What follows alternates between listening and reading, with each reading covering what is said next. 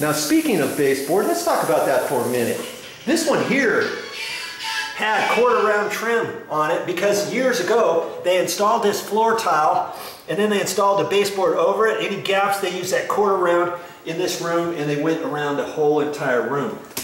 Okay, now I want to look at that and see how well it's been painted.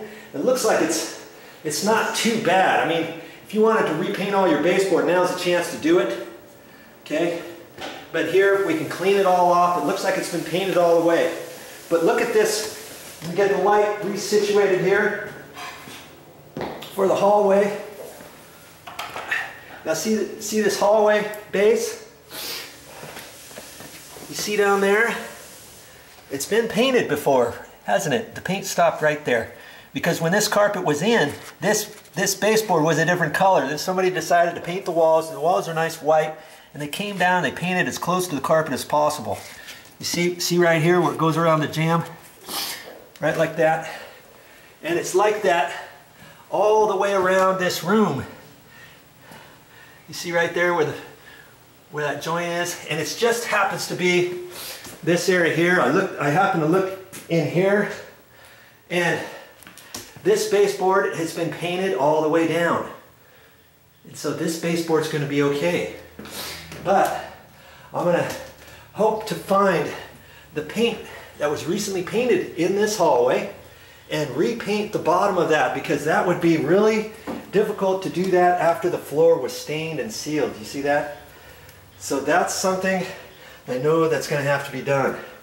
Each project is going to be different. Take a look at yours and decide, okay, what are we going to do with the baseboard? Is the baseboard staying? Is the baseboard being replaced? Sometimes the baseboard is installed higher than the carpet. Usually they do that when they install carpet, but this, as I say, was never intended initially when it was first built. It was never intended to have carpet. This was the pre-finished floor right here. That's why they put that quarter round trim down there. Now if this was brand new and you're going to install carpet, you're going to want to use a baseboard, and that baseboard you can have a nice high one, maybe 5 inches tall with an OG trim on it or something like that, and you can hold it about 3/8, 5/16, 7/16 above the carpet line, okay, and run it. And then when you put your tack strip there, you're going to have the baseboard up a little bit higher, and then the carpet has something to kind of tuck down into. Well, I noticed in this back room, let's get the light turned on, whoever installed this room, the carpet initially, you see right here, see how the baseboard is up off of the floor a little bit, and you can see over here, see that? How the baseboard was up. Well, after this carpet was removed, they had to make a decision. What do we do with the baseboard? If we lower it down, we're gonna have to install a new baseboard. Or if we try to save this old baseboard, I wouldn't even suggest that.